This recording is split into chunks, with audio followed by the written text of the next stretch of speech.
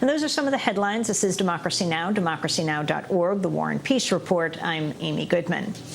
Well, we're on the road here in London, and much of Britain remains abuzz over the publication of former Prime Minister Tony Blair's memoir, A Journey. In the book, Blair's continued to defend the 2003 U.S.-British invasion of Iraq as justified.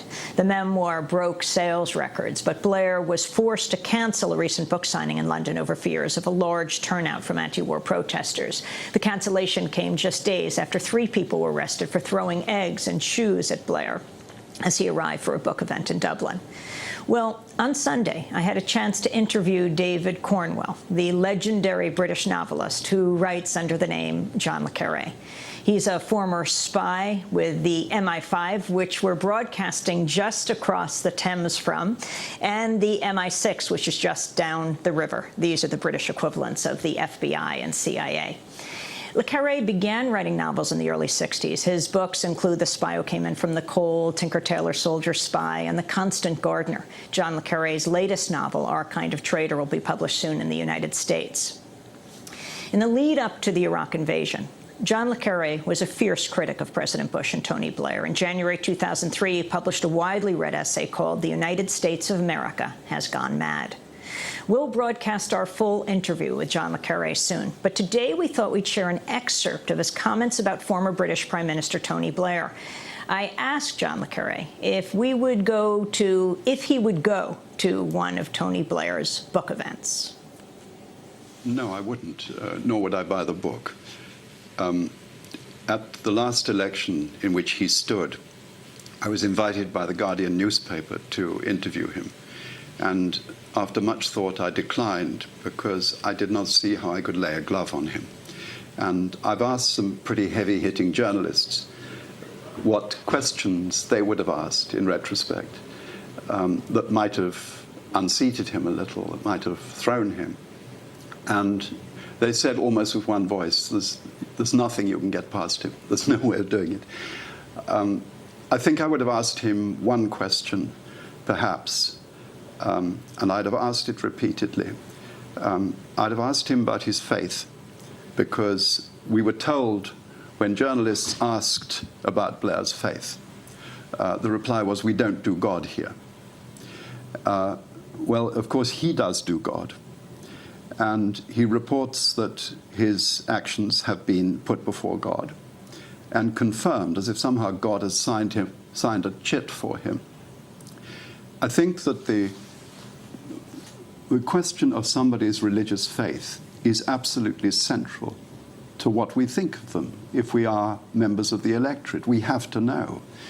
If it is, for example, somebody's conviction, widely held among Christians in the United States, that the second coming of Christ is not possible till the greater Israel is established, we need to know that. That's an important political perception.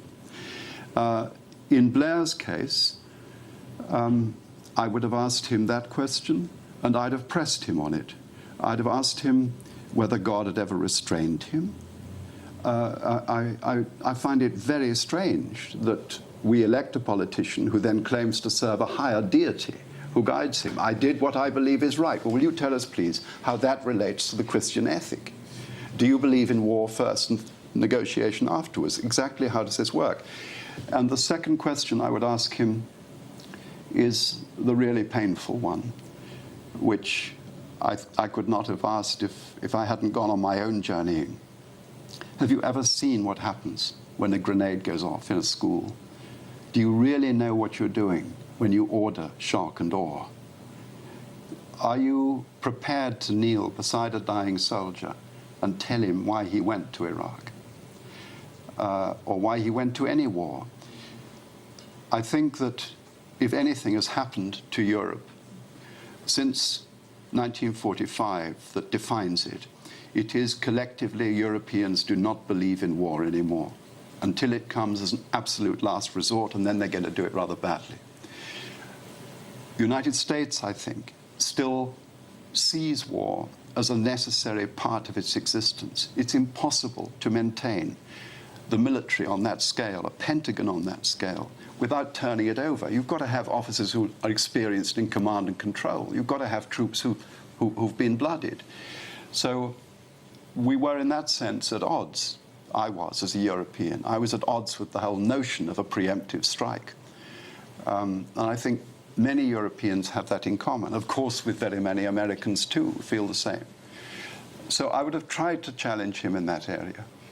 And as I think I said earlier in the interview, for me, there are very few absolutes about human behavior.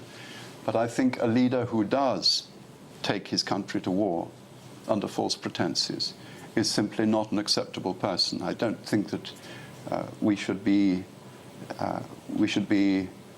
weighing the rights and wrongs of that. It seems to me to be quite simply wrong. And if you could interview President Obama, what would you ask him? What he reads.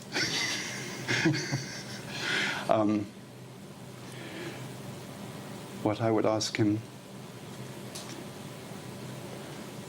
And what is your assessment of him? And has it changed since he became president? You know, I think all decent people wept with pleasure when he was elected. And so that faith in him will die only slowly. And there is a lot of evidence that he's done a lot of things that are amazingly good. I mean, he has advanced on the health front. I think his opening speeches to, for example, the Muslim community in, was it Cairo, I think? I mean, those earlier statements of intent were magnificent. And I suppose the sadness at the moment is that we see them in practice being diminished. But I certainly haven't given up hope, so I would ask him whether he still hopes, I think.